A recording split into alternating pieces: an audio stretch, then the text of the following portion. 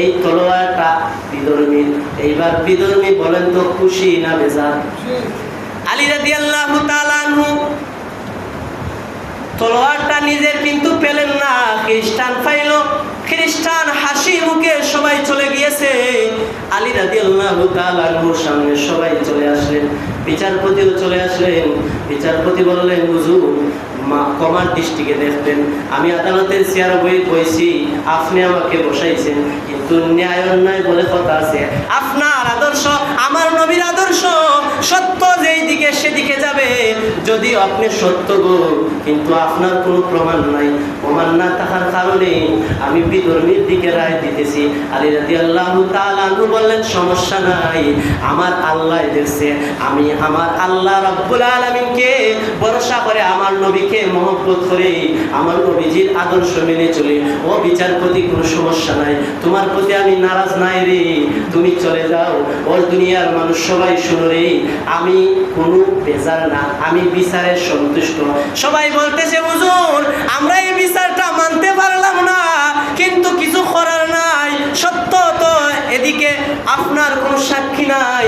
আলী রাদিয়াল্লাহু তাআলা চুপ করে তাকিয়ে রইলেন, কোনো মানুষের জবাব দিলেন না।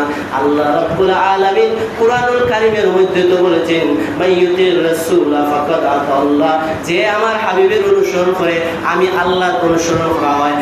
আলী রাদিয়াল্লাহু তাআলা আনহু হাবিবের অনুসরণ করেছেন, আল্লাহর অনুসরণ করা হয়েছে।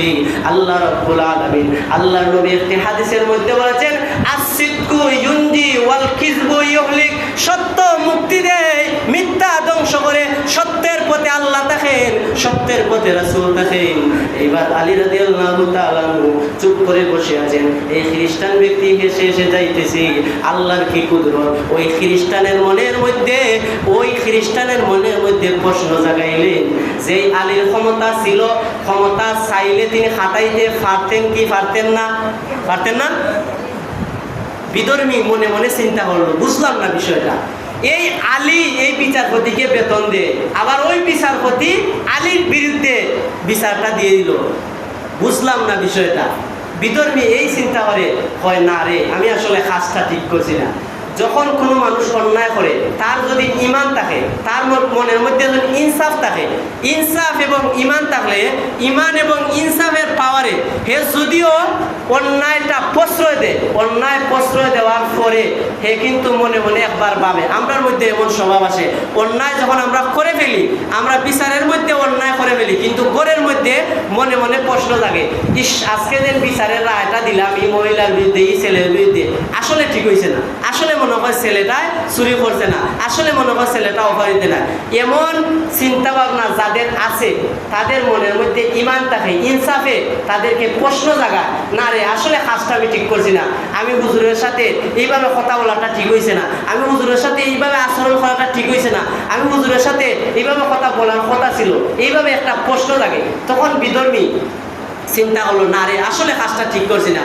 এবার বিধর্মী চলে গেল আলী রাদিয়াল্লাহু তাআলা আনহুর নিকট। আলী রাদিয়াল্লাহু তাআলা আনহুর নিকট গিয়ে তিনাকে বললেন, হে আলী রাদিয়াল্লাহু তাআলা আনহু, ওগো খলিফাতুল মুসলিমিন, আপনার কাছে আমি একটা জিনিস জানতে চাই। বলে কি জিনিস? বলে চাইলে আপনি বিচার আপনার দিকে নিতে পারতেন, আগে আপনি বলুন বিচার কেন আপনার দিকে নিলেন না? আপনি চাইলে বিচারপতিও আপনার, আদালতও আপনার, রায়ত তো আপনার, তলোয়ারও আপনার। আসলে হুজুর গো, আমি মিথ্যা কথা বলছি, তলোয়ারটা আপনার। হুজুর গো, আমি মিথ্যা বলার কারণে আপনার বিচারপতি আমার পক্ষে রায় দিল, তার কারণ কি? তা আলী রাদিয়াল্লাহু তাআলা আনহু বললেন, বলে তার কারণ হচ্ছে ইসলাম। আমার বিচারপতি, আমি যে বড় নেতা আমাকে দেখে নাই, আমি যে আমার বিচারপতিরে আমি বেতন দেই দেখে না, আমার যে আদালত এইটা দেখলো না, আমার বিচারপতি দেখছে নবীজির আদর্শ আর আল্লাহর হুকুম, সুবহানাল্লাহ।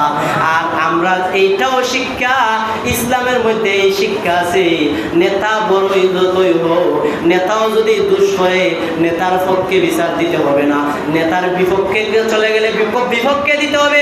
এটা আমার শিক্ষা, আমার বিচারপতিকে আমি বলে দিয়েছি, এমন যেন হয় এটা চিন্তার কোনো প্রয়োজন নাই। বিধর্মী রে, তুমি আবার কেন এসেছো? তুমি তলোয়ার পেয়েছো বিচারে, তলোয়ারটা নিয়ে যাও। তখন বিধর্মী বলে যে ইসলামের মধ্যে অন্যায়কেও প্রশ্রয় দেওয়া